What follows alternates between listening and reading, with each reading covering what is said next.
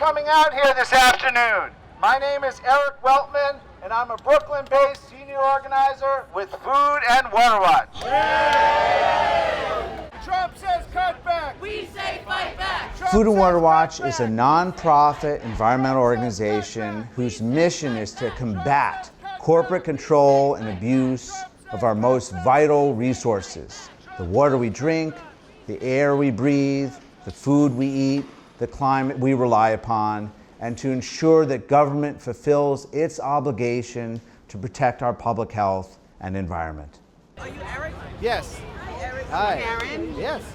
I bought a bullhorn for you. You Excellent. need it, right? We may need it. We have backup. This is a backup bullhorn, just in case. Here in Brooklyn, our responsibility is to build the grassroots power, the grassroots muscle that we need to take on some of the world's most powerful corporations and win.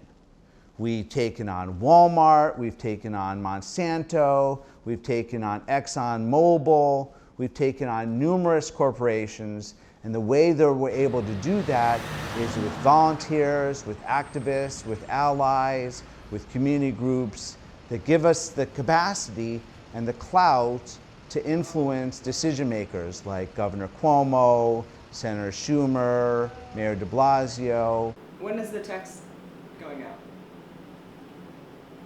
out? This afternoon. Today, okay. Yeah. Yeah, that looks good. I would put, Cuomo, that's got to be on top. I would do here in this office, here in Food and Water Watch's Brooklyn highlight the office, target. this is kind of like a beehive of activity, of phone banking, sending out text messages and Facebook, educating people and engaging them, getting them involved in the actions, the events, and the activities that we, Food and Water Watch, and our plentiful allies utilize to influence decision makers.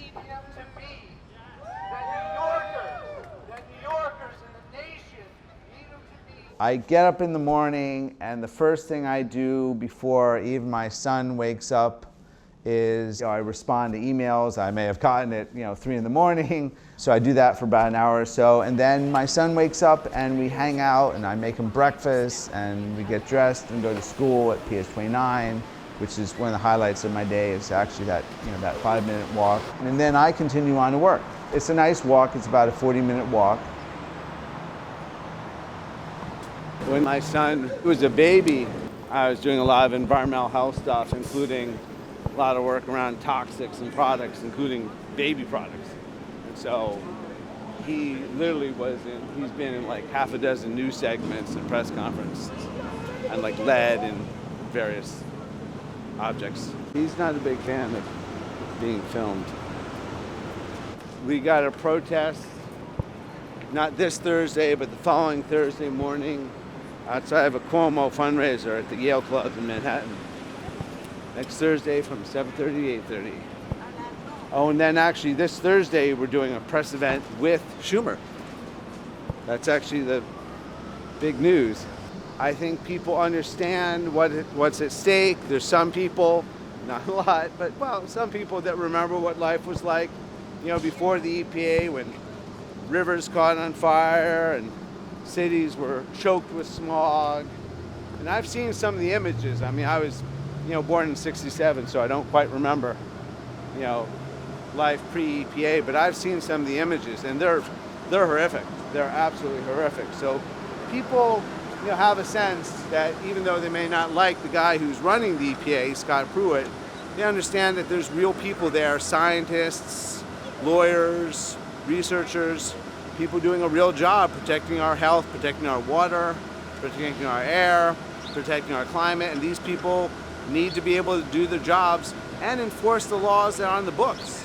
I mean, notwithstanding how horrific Trump is on the environment, there are some laws on the books, many of them, decades old, like the Clean Air Act, the Clean Water Act, the Safe Drinking Water Act, that the EPA's job is to enforce these laws. Thank you again for coming. There's a lot going on. We've got a meeting Tuesday night in New York. I spend a lot of time figuring out how to target decision makers. So it's not just about petitioning, but figuring out where is the most appropriate location to petition or generate calls so that we're influencing the elected officials that we need to influence, whether it could be a council member, it could be a state legislator, it could be a member of Congress, it could be a US senator, it could be Governor Cuomo. And none of our advocacy, I should emphasize, is hostile.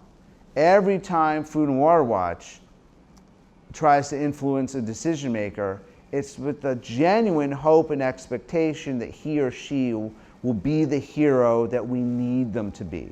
And that was certainly the case with Governor Cuomo, where for 5 years or more, we aggressively but respectfully went after him to ban fracking. And he did it, and we applaud that. And similarly, we expect that Governor Cuomo will stop the Williams pipeline, which is a piece of fracking infrastructure going off the coast of Brooklyn and the Rockaways. And we have every hope and expectation that Governor Cuomo will be leading New York on a transition to 100% renewable energy by 2035. So again, when we're going after Senator Schumer, it's not in any way hostile. It's with the expectation that he'll be the hero that New York needs him to be. Excellent.